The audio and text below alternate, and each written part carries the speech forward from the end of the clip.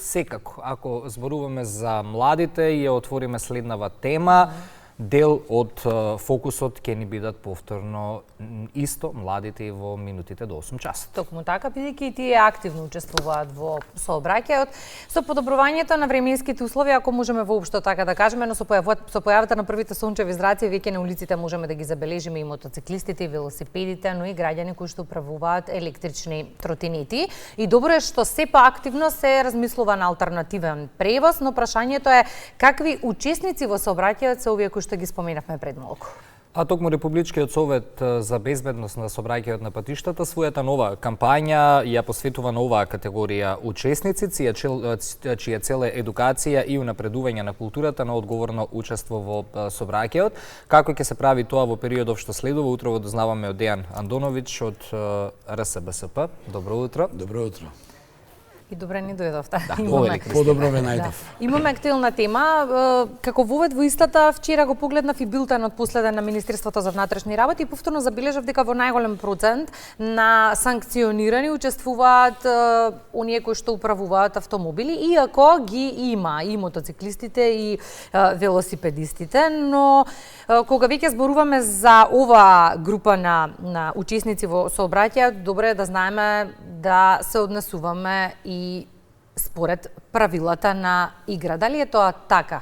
Што забележувате еве вие на улиците кога станува збор и за мотоциклистите, и за велосипедистите, и за етротинетите? Првин да кажам дека какви се луѓето пешаци, такви ќе бидат и мотоциклисти, велосипедисти, етротинетџи и се останато. Значи нема некоја категорија на учесници во сообраќај целосно недисциплинирана и не почитува правила и прописи или целосно дисциплинирана. Секад има поединци, а за жал поединците, нели, секогаш трчат.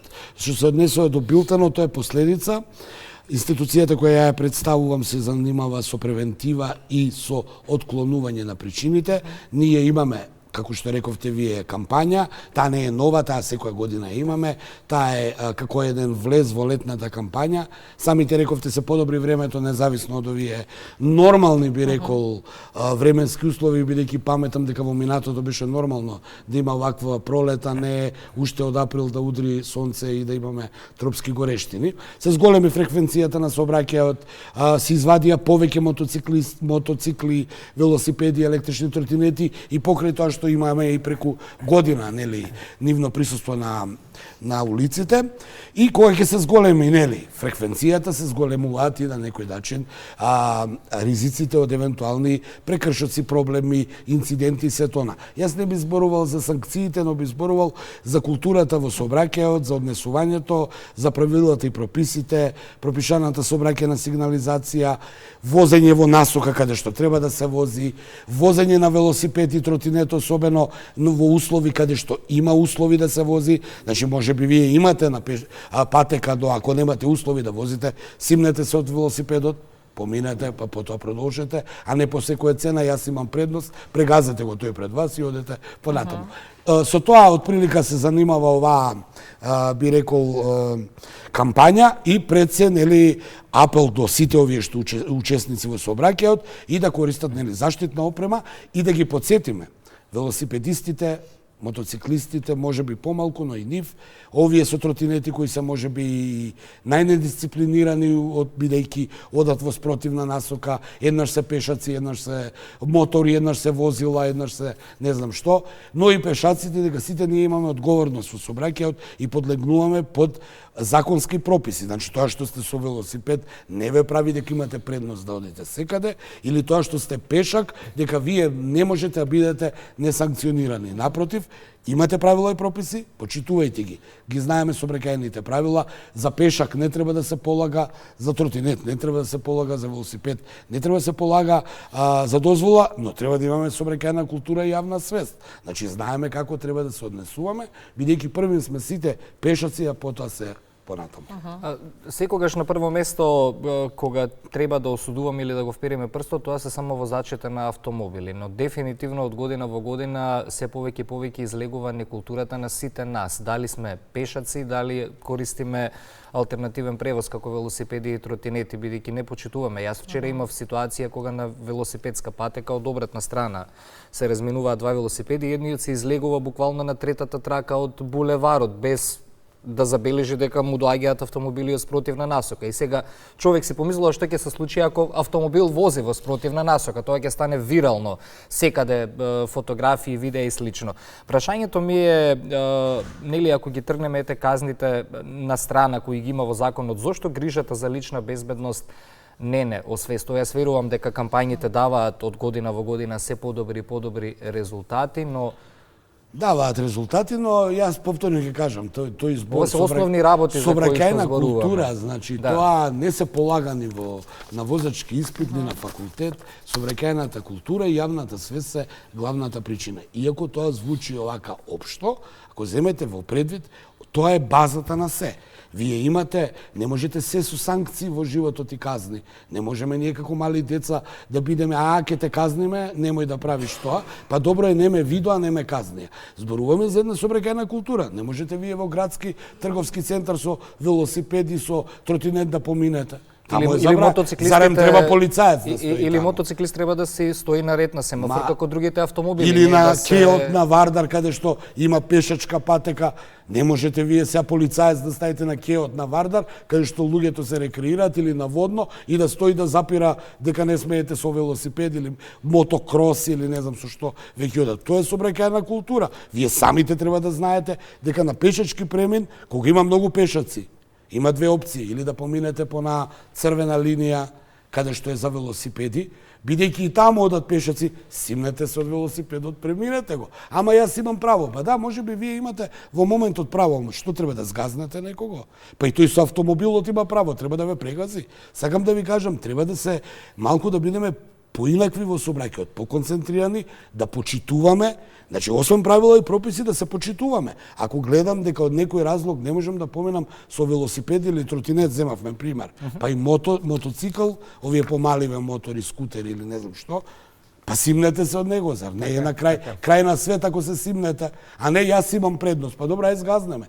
Ние имаме и особено за овие категорија на учесници во сообраќајот, кога не ги знаат ни правилата на партизанска, на пример, од десна страна е за една насока, од другата страна на булеварот е за друга насока. И тој ти вели ти одиш по пешачка, по велосипедска патека. Не, господине, имате, вие треба од другата страна да одите за таа насока. Ме разбирате? Значи, тоа е сообраќајна култура, тоа е јавна свест и тоа е нешто што треба, она во сообраќајот што се вели, гледај и биди виден, но и почитувај, биди поконцентриран, а не јас ке поминам, ми е гајле, никој не ме видел, не ме казни. Со едукативни кампањи низ годините се обидувате на најразлични категории на граѓани да им ги менувате навиките. Она што мене ме интересира, кој оди најлесно, а со кој најтешко овој процес? Во однос на помлади, повозрастни? Јас морам да кажам дека од мали нозе полесно оди, но тука играат голема улога и родителите, значи вие можете да ги едуцирате децата из работилници, боенки, игри, песни и сето тоа, но ако тие кои ги носите деца на градинка или во училиште се сведоци дека вие као родител сте нервозни, пцуете, возите, сите се криви, само вие сте нели во право, и тој ќе бидете таков возач повеќе или помалку, учесник во сообраќај, се извинувам. Ако пак е сведок на една смиреност, почит, правила, прописи, сето она, ако гледа дека кога се на прослава, таткото не седнува да вози бидејќи конзумирал алкохол, и тој утре ќе биде таков. Отприлика тоа е тоа. Јас повторно ќе кажам, казни има, правила има, закони има, се има.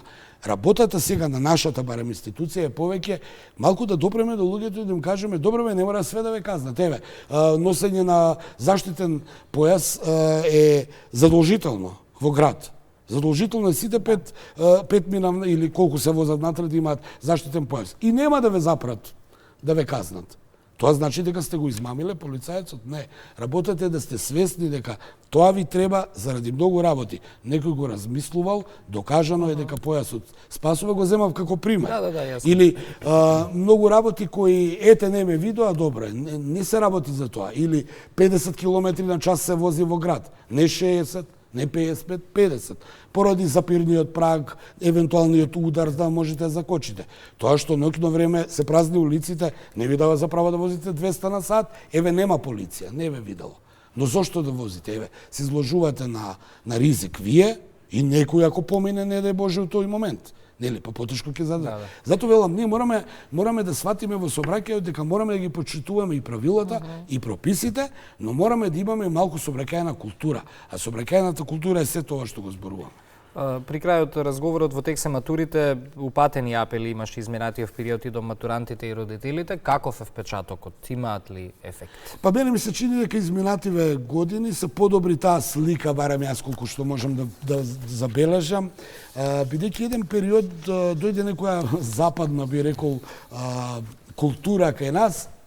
Ако мојата генерација и моите генерации, кога јас бев помлад, не се ни помислуваше да се оди на матура со свое возило, дојде еден период на генерации кои одеа на матура со свое возило, значи вечерта, и мене ми се чини дека тоа е најголема вина беа родителите, бидејќи вие треба да го дадете на своето дете возилото, бидејќи тие деца туку што нели положиле, првин законски не смеа да возат после 23 часот, второ нели прослава, секогаш кога има прослава, секогаш кога има опуштеност, се зголемува и ризикот од евентуални инциденти. Имавме апели и до матурантите и до родителите, ми се чини дека има резултати, барем според статистиката која гледаме. Но повторно апелираме дека ние како родители сме одговорни за нашите деца кои се најранливи и најнеискусни во сообраќајот. Било да се тоа претшколска возраст или новите возачи. И сосема на крај не можеме да не прашам, бидејќи целта е едукација и целта е подигнување на свест.